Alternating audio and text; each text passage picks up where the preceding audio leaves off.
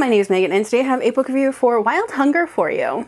Wild Hunger is the first in a follow-up series to the Chicagoland Vampires. This is the first book in the Heirs of Chicagoland, and I'm in love with it already. So this follows Elisa Sullivan, who is the daughter of Merritt and Ethan Sullivan, as well as the children of a bunch of my favorite characters from the original Chicagoland Vampires. And I'm in love with them all. I love them all to pieces. These characters are so funny, and it's really cool to see how these characters kind of developed from their childhoods with some of my favorite characters. They've developed their own personalities, and yet you still see bits and pieces of Ethan and Merritt and Catcher and Mallory and Gabriel and I forget his wife's name, but you get to see all of these like bits and pieces of your favorite characters in these new ones. I also really like that we get to see how things like have progressed, and just like this book is very environmentally conscious. So it's like Chicago is like taking a step forward in history. So it's kind of like a what if like for the environment, but also like really cool to see all this really cool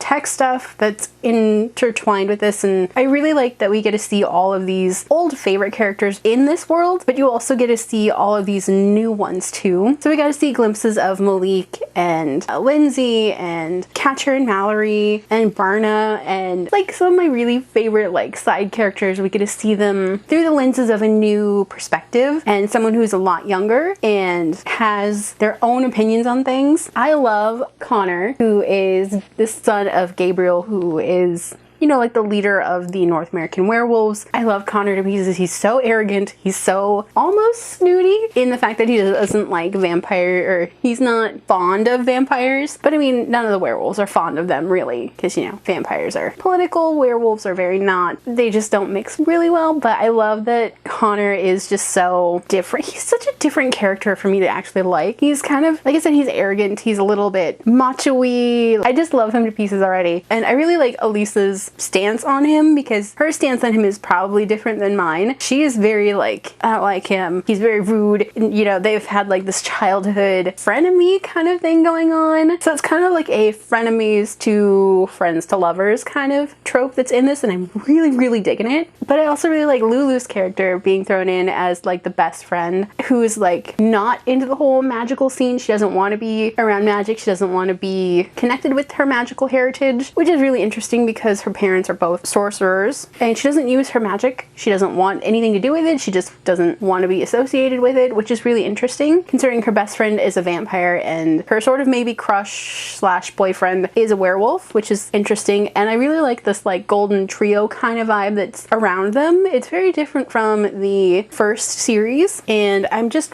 really looking forward to seeing where this series goes and how much more it progresses. And I'm just so in love with this book already. Alright, so that is it for this book review. Do you guys like when there's a spin-off series or like a continuation of a series? Let me know down below. If you guys like this video, don't forget to hit the like button. If you haven't already, go ahead and hit the subscribe button. You can also hit the notification button. And if you'd like to follow me on social media, check out the links down below.